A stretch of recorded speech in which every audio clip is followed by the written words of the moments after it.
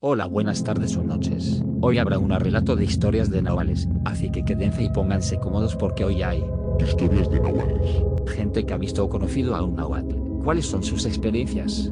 Por donde yo vivo, hay un montón de personas que han visto al mismo señor, todos con el mismo testimonio y las mismas características sobre haber visto un nahual. Es tan común que, cuando vuelve a pasar, todos dicen que es lo más normal del mundo y lo aceptan como si nada. A mí me tocó verlo cuando era niño caminando mientras iba hacia una tienda que quedaba por mi casa, y caminando vi a un señor con un sombrero, como una boina, y un suéter largo. Pero no era una gabardina sino como una prenda grande. El punto es que el güey iba caminando, y poco a poco se fue agachando hasta llegar al punto de ser como una iguana, pero gigantesca, como del tamaño de un perro largo más o menos, para que se den una idea, y comenzó a correr en cuatro patas hacia unas casas. Como vivo por una zona muy rural y llena de montañas, pues sepa dónde güey corrió, pero mucho lo han visto por acá.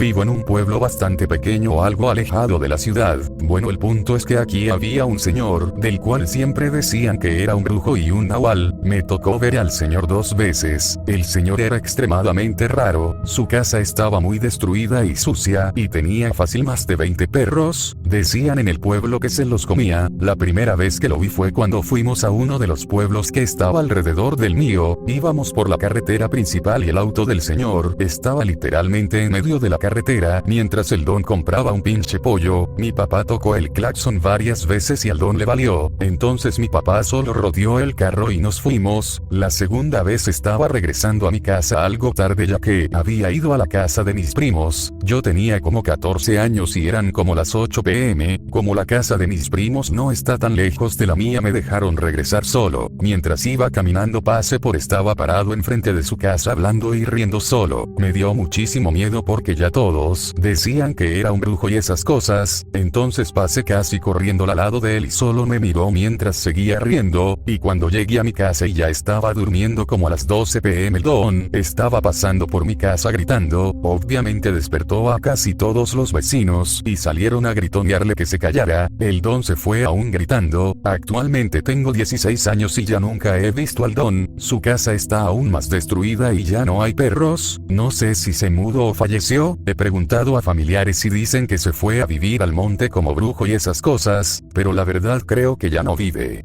Esta es una historia que me cuenta mi abuela y me jura que es verdad, porque la vivió. En las noches silenciosas de La Victoria, Aragua, Venezuela, se escuchaban pasos lentos y arrastrados sobre los techos de zinc. No eran de gato, eran más pesados, como si un ave grande y torpe caminara con desgano por las casas.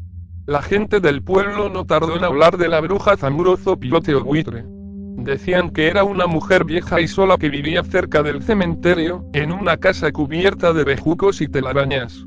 Que por las noches se transformaba en un buitre gigante de plumas grises y ojos rojos como ascuas, y que sobrevolaba los barrios antiguos, buscando algo. Se transformaba gracias a sus pactos con el demonio. Una noche hace 30 años en la calle Independencia donde vivía mi abuela, un grupo de muchachos, armados de piedras y valentía de borrachos, escucharon los pasos sobre el techo de la casa de un vecino de ella. Era un sonido seco, irregular, como si un animal arrastrara una pata. Cuando miraron hacia arriba, la vieron. Una figura desgarbada, de alas abiertas y pico curvo, posada sobre las tejas. El miedo los hizo lanzar piedras sin pensar. Varias piedras alcanzaron al buitre, que soltó un chillido espeluznante, inhumano, pero más humano que animal, y desapareció volando en la noche. A la mañana siguiente, mi abuela y otros vecinos vieron a la anciana del cementerio sentada en su porche, con el brazo vendado y el ojo izquierdo hinchado como una mora. Cuando le preguntaron qué le había pasado, solo sonrió mostrando los dientes, y dijo: "Nada, solo que anoche volé bajo". Desde entonces, según mi abuela, nadie volvió a tirar piedras en esa calle de La Victoria. Y aunque los pasos en los techos no dejaron de escucharse, todos aprendieron a hacerse los dormidos. Bien chicos, esto es todo por hoy, mañana traeré más historias.